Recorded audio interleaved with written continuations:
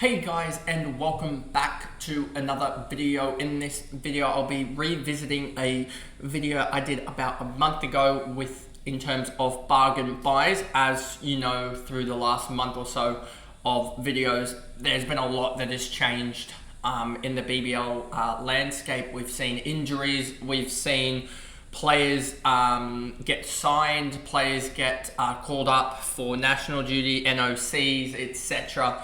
And so I think a little bit has changed in terms of who I believe is the bargain buys. And you will see, if you actually go back and you almost binge watch the videos, you will see how my thought process slowly shifts to what it is in the current state. I think there are still some ideals or principles that I hold, but I definitely think it has changed over time with more info, etc. being released. More injury notice, etc. So anyway, let's just jump into this video on bargain buys and who I think will be the most valuable players to own in this BBL SuperCoach season. So first of all, I'm going to set the filter to I think 150k. You can knock out pretty much anyone above that because I don't think there's anyone valuable above that range, and I think that's when you start to get to the range where they're premium priced for a reason at that price, as 150k is about 50 average. So Wade, no. Lance Morris, second guy up here. He could be value, but I don't think he's like the bargain buy type of value. I'm probably just going to skip over a lot of this anyway. Chris Jordan could actually on the double be a bargain buy, but not on singles. Hughes injured. Chowdhury, pretty much the same principle as Jordan because they get 2 scoring opportunities.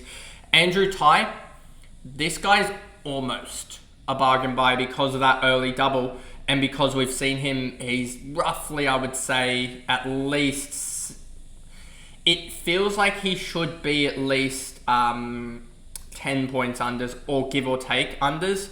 But it actually feels like he's only 3 or 4. So that is a little bit annoying that he isn't like more towards that 10 marker unders, whereas it feels like he's, seems like off the stats, he's only about 5 or 6 point unders, priced at 47.7. English, no, there's so much surrounding him that I think he only gets 1 game, if that. The Aussie team have actually performed really well with the bat last night, which was really, last evening, etc., afternoon. So that was really good to see. English didn't perform terribly well, but didn't perform poorly in the Shield game, and the Shield game's currently going on with New South Wales batting. But so I just don't see him getting a slot given McSweeney batted well. Marnus got back into some form. I don't think they're going to drop Smudge. Head blistered and basically played a match-winning or match-defining knock, and Mitchell Marsh didn't actually get out, but he walked, so there is that.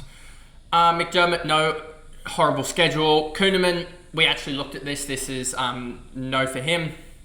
And I should have probably actually just started this around the 135, 136k. Dwarcius, we talked about this in yesterday's video, how there was some, not angst, but just sort of discomfort around a lot of the content creators, especially on Twitter space, just going, is he actually fit? And so we lined up for Sutherland Shire in the New South Wales Prem cricket yesterday. That got rained off and now it's absolutely sunny out, so of course that happens. But yeah, Ben Dwarcius should be fine. Laurie Evans, even on the early double, it's just a bat only, and we just hate bat onlys because he could genuinely score more in a single. You could obviously score more in a single, but there is a genuine concern with batters that they go and get a 5 and a 15 or something like that, or 2 19s. Say they get 2 19s, 2 19 off like 10s, and then a 20 off 11. A 20 off 11 is more valuable than 2 19 off 10s. That is why it's so dumb, the point scoring system, in a way that you have to reach 20. Jack Edwards, I think he is ultra value. Dwarcius fit should help the Sixers bowling stocks, I should say. But Jackie Edwards is going to be bowling with the new rock, given I suspect he's going to be bowling with the new rock, or in the power play, given that they probably, in round 1, they're going to have Dwarcius, Edwards, and Hughes. Not Hughes, Bird with the new rock. in the power play, and I don't think that they'll be bowling any spinners. So those will be the three that probably bowl in that 4-over part if they need it. And then he's one of the death bowlers, given that Dwarshuis and also Bird aren't the best death bowlers, but you have Hayden Kerr and Abbott as well there. So you've got, what, 5 pacers already, plus they're probably going to bowl an out-and-out spinner, plus also maybe an all-rounder. So they will genuinely have 7 bowling stocks, but I just think Jack Edwards has shown that he has massive potential to go absolutely large. So I think at 136k, he's probably the highest bargain price almost, which is kind of crazy to say given that he averaged 46. Pope, no. Sutherland didn't bowl yesterday, so that's a no.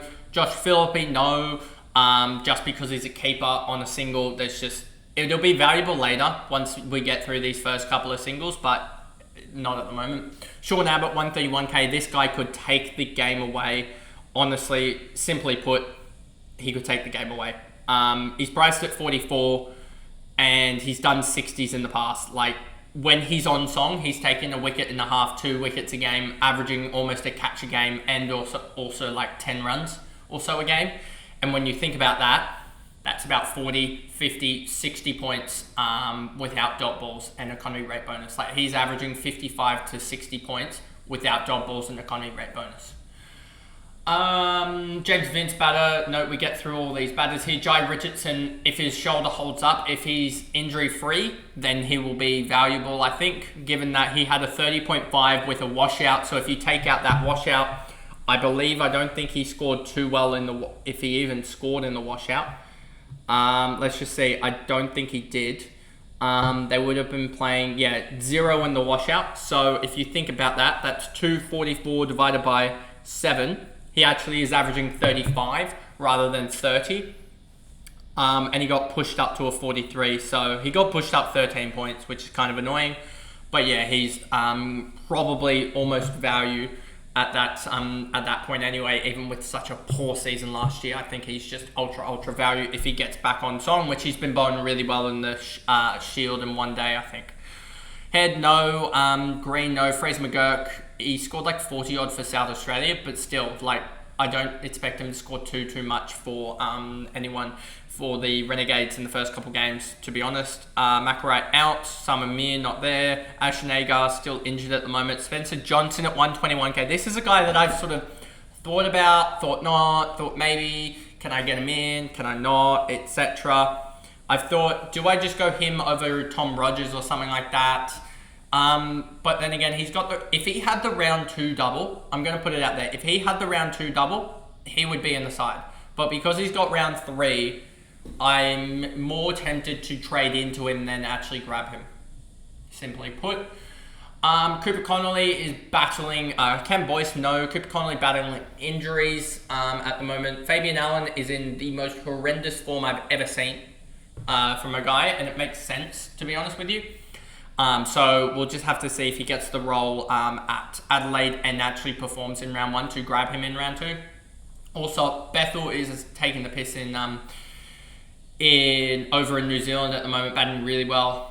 Rogers is a guy, he took I think 2 far or 3 far in Prem Cricket in Vic Prem Cricket yesterday, I think, and scored 7 odd runs. So I think he scored like an 80. I can actually go to it right here and show you exactly what it was. We won't have the dot balls, and I just want to point out as well, the only game that got on in New South Wales Prem Cricket, that's Northern Territory, sorry. The only game that got on in New South Wales Prem Cricket was the Randy Peets game, and Daniel Sam scored 125, I believe it is, without dot balls, or 124 without dot balls. No, 125 because it was 11 with the bat.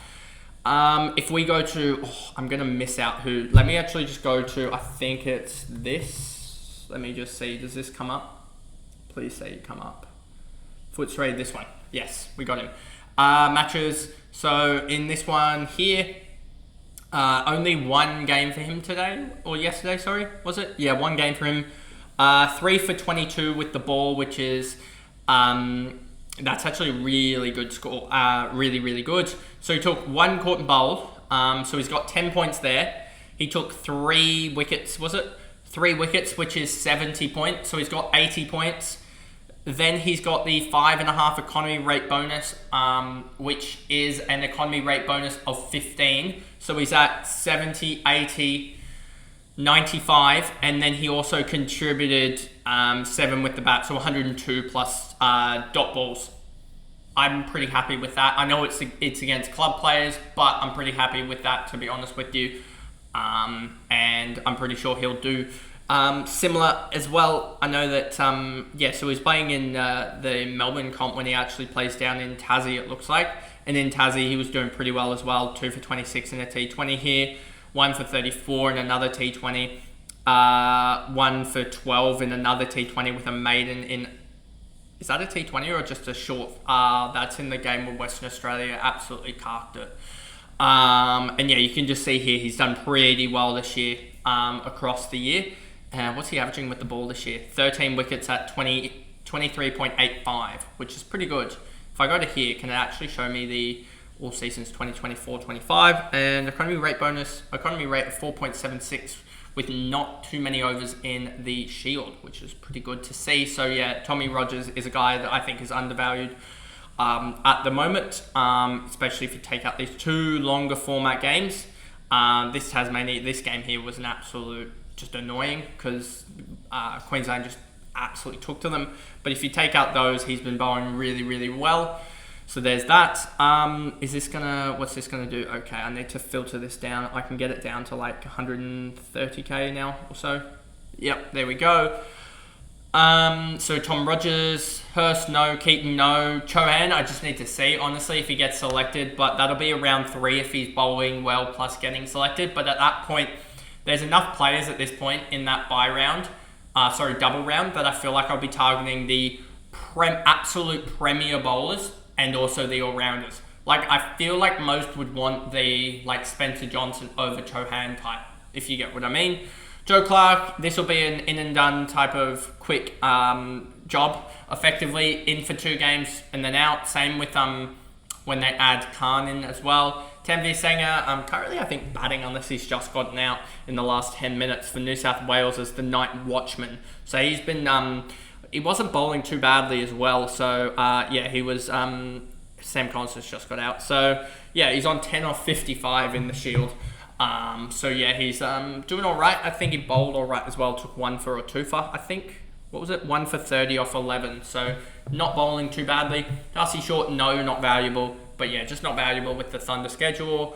Weatherald, no, bat only. Sam Billings, horrible schedule. Nathan Ellis, horrible schedule. Josh Brown, 83 off 36 in the Vic Prem T20 yesterday, but had like a 20 off 20 or something. It wasn't, the first game of the round of the day wasn't too good for him, but yeah, second game did really well.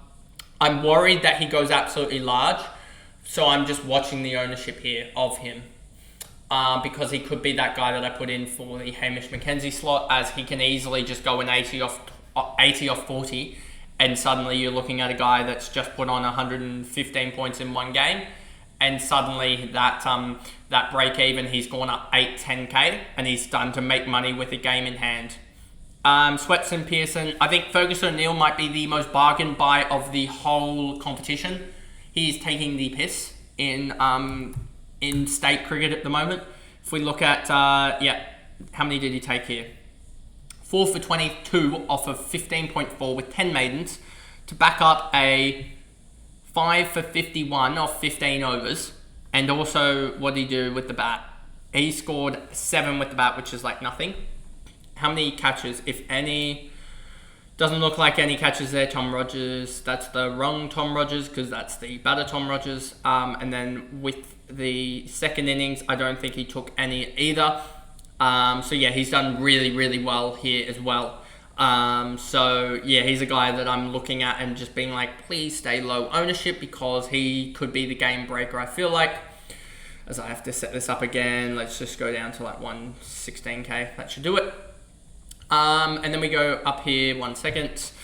Hayden Kerr, if Sixers didn't have Shorten Abbott or Jack Edwards, easy buy. But because they do, feels like Hayden Kerr with the injury is just going to bowl 2-3 overs, something like that. And he's not going to be as valuable. Hinton, Cartwright, too many bowlers to be valuable. Horrible fixture for Bancroft. Jordan Silk, batter only. Max Bryant, batter only on a round 3 double, no thank you. Especially because you're like, Renshaw's just 30k cheaper. McAndrew, horrible fixture, might not even make the side. Wezega might not make the side, plus horrible fixture. Well, McAndrew should, sorry. Wezega might not make the side, but also horrible fixture. Henry Thornton, probably the second best bargain buy outside of the likes of Fergus O'Neill, and that's just because of the double structure in terms of him having a round 2 compared to a round 1. Matt Kelly, currently injured, I believe. Kane Richardson played some cricket, but it's limited. It's like 15 games in the 2024 calendar year. So, and like 7 or something like that in about the last 2 months, 3 months. So he's just not playing cricket, and all of those are basically T20s. So I get that he's saving his body, but I feel like, and talking to most content creators, it feels like Kane Richardson's going to play 4 out of the first 5 games in the first 4 rounds. I don't really want to be going into a double game week wondering if Kane Richardson's going to play both games. And that's sort of the thing. He would be... here's how my thought process has slightly changed with him. He is bargain value, but the problem is we don't know if he's going to play, especially with Gurinder Sandhu, speak of him, right sitting there down there, who can just play 1 or 2 out of the first 5 games and sort of chop out for Richardson. Once they get Bethel in, then it can kind of help out with the bowling as well. The Kane Richardson might only have to bowl 2 or 3 rather than his full 4. It just starts to really count down on Kane Richardson, especially with the form that the likes of Fergus O'Neill is in. To the point that we started this year going, Gurinder Sandhu is probably on top of Fergus O'Neill. Well, Fergus O'Neill has probably just jumped both Sandhu and Richardson in the bowling stocks of the Renegades. Plus also Will Sutherland's gone the other way and gone straight back down. So it's kind of chaos in the fast bowling stocks of the Renegades, but the 2 I'm most safe on are Fergus O'Neill and Tom Rogers. McSweeney, he's playing well for Australia. Paddy Dooley, I just think there's more value in other players in the Hobart Hurricanes lineup, and I think he might be a 1-season wonder almost in a way, given he priced it. Yeah, look at that, 1 season where he just went off. Outside of that, couldn't do anything, and I think it was 1 season where he came up against just Jack Edwards and got him out 2 or 3 times. It was kind of ridiculous. Tom Rogers, the batter, no. Sane, not playing. Couch, no. Boland is playing for Australia and playing well. Build the man a statue. Where are your construction applications, everyone? Alex Ross will get games, but don't think he's valuable. Marcus Stoinis on the double, ahead of Hilton Cartwright in both categories, both batting and bowling. It should seem probably going to be the 6th bowler bowl, 2 or 3 I would expect, and batting 5. I just think at this type of value, he could easily smack a 40 off 20 and then take 1 for with the ball, and suddenly he's already gone up 10k or whatever, or sorry, 8 or so k with the game in hand. So it's just so easy for him to score points, it feels like. Meredith, I think this is a guy that you can stash on your bench. He's playing really well. I think he ended up with 4 for in the Shield. I know it's Shield and they got battered around, but he's still picking up poles in Shield cricket and bowling a lot of overs, which is good. Hopefully he doesn't break down. And then Adam Zampa, I think, is the last guy of genuine value outside of probably Hamish McKenzie, which we'll get to. Adam Zampa, I just feel like he's in for a bounce back year. 27 the year before. We talked about how there were reasons behind the 27. Being that he was just playing a lot of cricket, whereas he's only really played 1 full-day game, a couple of one-days, etc. I can even search this up for you, Adam Zampa, and I think this will come up. Hopefully it will come up. Give me this. 30 matches played this year. Wow. But that is the wrong Adam Zampa, it looks like. Do we have another Adam Zampa? Please? Do we have another Adam Zampa? Can I go to competitions? Do you have CA or whatever? Cricket Australia competitions, Sheffield Shield. I'm going to pick up the Adam Zampa that they have currently from this one. I believe Adam Zampa played in this game. Says this is Adam Zampa, I'm pretty sure. So yeah, that's pretty bad that they don't have the Adam Zampa clicked in there. But yeah, he's played a little bit. Let's actually look up online Adam Zampa stats. Okay, and then go to ESPN Cricket Info, because when they don't have that, that's kind of when you get stuck a little bit. But you can see here, let's view more recent matches. You can see here, he's still played a fair decent amount of cricket here. Hasn't been bowling necessarily the greatest, but you can still see some. He bowled all right in the T20 series against Pakistan, which was a good shout, I would say. 6 for 41 across 3 games is really good. One day was a little bit sloppy, I would say, against England and against Pakistan, but we're talking about a T20 format, and that's where Adam Zampa shines. So I think it's a bounce back year for him. And then Hamish McKenzie and Matt Renshaw, we'll talk about them both. Very similar price. Hamish McKenzie gets probably 5 games in the first 3 rounds. Or sorry, 4 games in the first 3 rounds, I'd suspect. Which, if he gets 4 games, if he's averaging 40 or so in 4 games, he's probably going to go up, I would suspect, 20k, 25k, which at 69k, that gets you some value. And Renshaw, he's a guy that you can just have for the round 3 double. Might even get some bowling opportunities as well. So hopefully he can make some cash as well, because that's what you really need out of these cheapies, is just making cash, because most of us have 8 or 9 guys that are already like locked in, that are primos, etc. That might shuffle around those type of guys, but you've got 9 starter players in that are guys that you would keep for the rest of the year, also 8 or 9, or at least 7 that you're hoping 1 or 2 as well go up to that stage as well, that you're able to pick the 2 jumpers. So that means you still need 3 or 4 guys to go up, or generate cash to go up, and that's where the bench comes into play, and that's why I'm heavily against having more than 1 loop. And the loop's in the position that we're basically stuffed in. So that's basically always my thought process. Anyway, and I think that's a good place to finish this video off with going through and reviewing the bargain buys. I know I could have said Buckingham, but he's still in a race to get fit, as well as all these other guys at 39 and 58k. I'm staying away from most of them early on, and just trying, because of the situation I'm in and I'm away, that I'll trade into them if they are playing. I'd rather do that than have a red dot effectively, because a red dot can be killer for cash gen, and cash gen is king in all fantasy sports, but especially Supercoach in such a short season.